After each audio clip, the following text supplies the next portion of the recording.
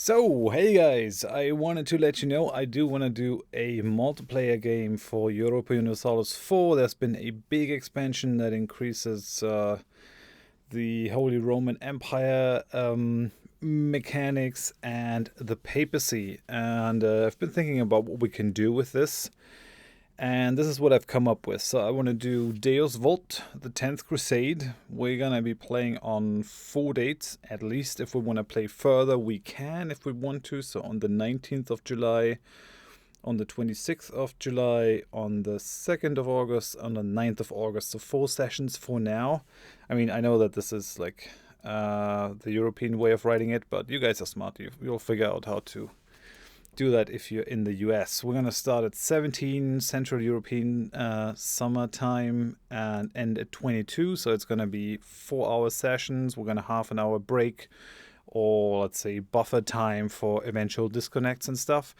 And what I want to do is, 10th Crusade. We're going to take back the Holy Land. And I got a couple of rules for that. So players can choose from theocracies or monastic orders to be part of a big temporary player alliance that will try to retake the Holy Land in a final crusade, the 10th Crusade.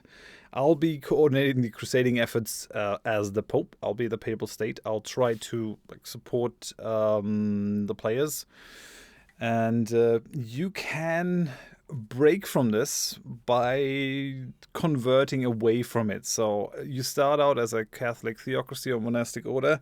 You do what the Pope says. I mean, you can maybe have some leeway in there, like some sort of soft resistance where you don't do it as timely, but you'll still be expected to play cooperative. But once you become Protestant, you're like, hey, Pope, you can't tell me what to do. So should you want to get out of the co-op, you can try to push for that and get rid of it, or just convert to Orthodox or what have you. I mean, you'll find ways to get out from under the Pope's yoke, I guess. If all theocracies have been taken, you can also take a minor country that has some relation to your personal history. So if you're from the US and you say, hey, my ancestors were from Frankfurt or something, then I'll be inclined to say, yeah, you can play Frankfurt. That will be fine. Other country choices, I will consider them if you give me a good roleplay reason for why that country should be in the mix. If you're saying I think Venice could be a country that can do a lot for the crusade, and I'll be part of the crusade, that could work. Maybe I'll consider it, but theoretically I don't want any of the really big players in this, because then it won't be much of a challenge.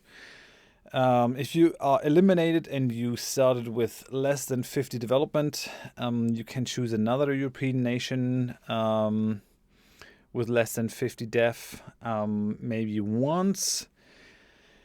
If you started with more than 50 dev, then you can still choose another European country, but the other players have to agree with it. That's just so that you can't act out any grudges against other players that you might have. If other players do not agree, or I deem it necessary to remove you from Europe, I will give you a new country in another region of the world. I think we're going to start with Africa, but could be anything else. I'm also open to maybe giving you a country as a villain in this. So maybe I'll give you the Mamelukes if the theocracies are doing really well. If you have a disconnect, you have one chance to hot join. If the hot join does not succeed, you can rejoin at the break that we're going to have in between the play session with the rehost. And play sessions will be 4 hours, separated by half an hour of break time. The game speed is 3. If you cannot play at speed 3 consistently, I will have to ask you to leave, unless it's a significant amount of players that can't stay at speed 3. Then we'll do speed 2. If that also doesn't work, I'm just going to give up. I mean, yeah, I know it's difficult to set up a game that spans multiple continents, but we have to make some speed there. The event is going to be streamed by me, so I'm going to be streaming my view as the papacy. You can stream your own point of view if you want it, as long as it does not slow down the game. If you are chugging your own bandwidth and causing the game to slow down, you'll be kicked Or I'm gonna ask you to stop streaming first, right? And then I'm gonna kick you if it doesn't improve. Available countries. So this took me a while to put that together, but it's actually going to be an interesting game with an interesting theme. So I'll be playing the papacy. It's good expansion opportunities in Italy. I'm going to try to lock down a decent chunk of territory, and then mainly coordinating the 10th Crusade and like sending money and other help to players that will be a part of that.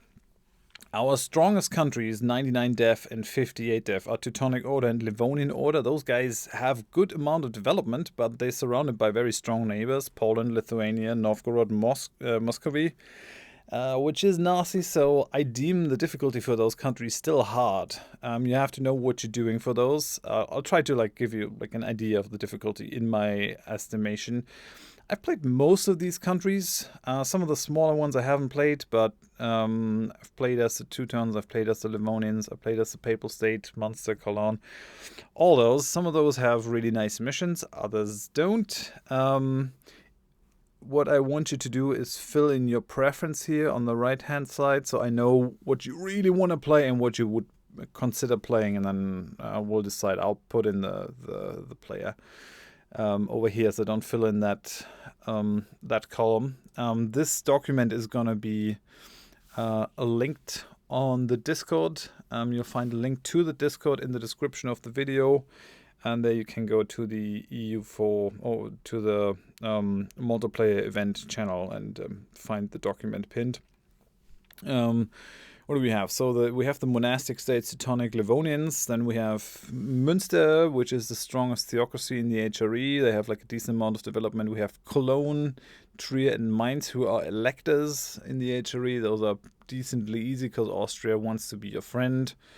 Some sort of middling theocracies. Utrecht is nice because it's in the Low Countries. Very good trade node, can do a bunch of things, can expand, all that kind of stuff. And it gets progressively more difficult the lower the starting development gets.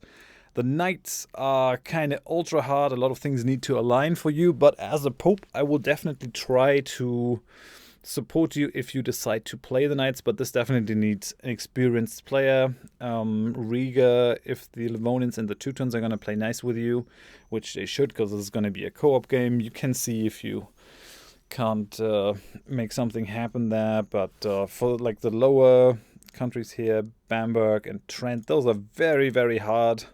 Bamberg is a vassal with 6 development, so probably not something that you want to take, but yeah, some of the higher level ones can work out, and then we'll find countries for you. If you really want to play in this, I'll find a country that you can take. So sign up for this if you think that you can play on these dates, and if you think this is going to be fun, go to my Discord, write me a message there, put your name into the Google Sheet that I'm going to link in that Discord channel. And I look forward to playing with you guys. Thanks for watching. See you for the MP. Bye-bye.